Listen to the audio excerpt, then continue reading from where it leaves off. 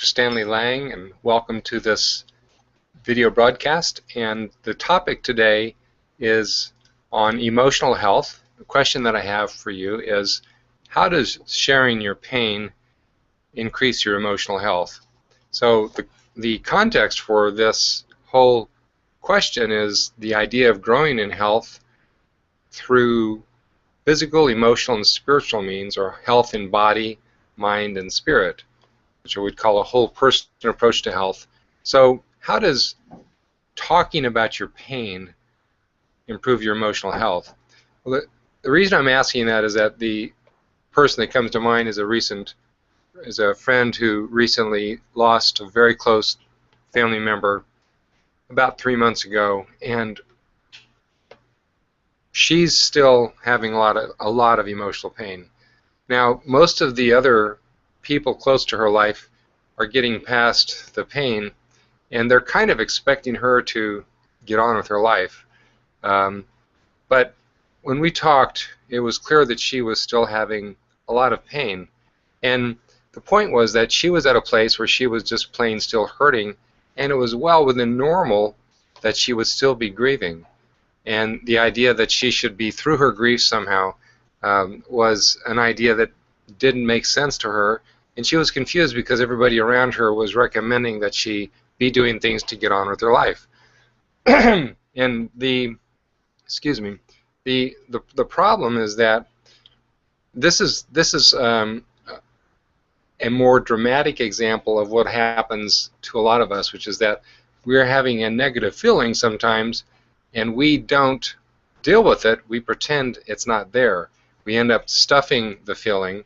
And the idea behind this concept of emotional health is that the first place of healing becomes with admitting that that feeling is there. Now, if one is approaching this from a Christian worldview, and you have a relationship with God that you're able to take advantage of, almost immediately following on that admission of that feeling is the sharing of it with God and talking it over and trying to understand the larger context of your life. But if we pretend that it's not there, that the pain isn't there, that the other negative feelings aren't there, then what happens is that we will cover it over, and when we cover it over, it becomes like a festering wound. Also had another family member recently who got into a bit of a tussle.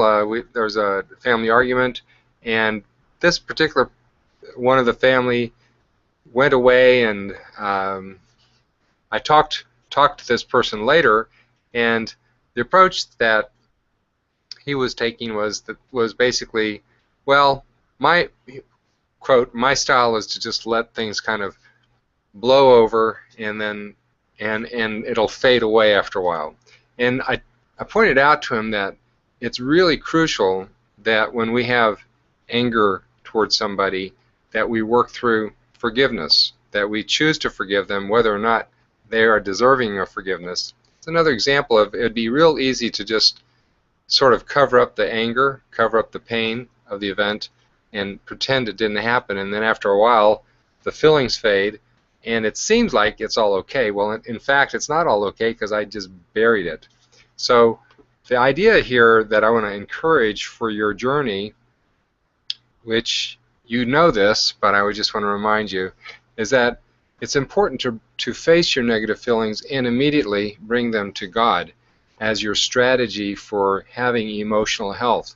When you can have that kind of self-honesty and you can share all of this stuff, some of it garbage, with another person, especially when you can share it privately with God, it really frees you and helps you to be emotionally whole rather than trying to always stuff negative feelings.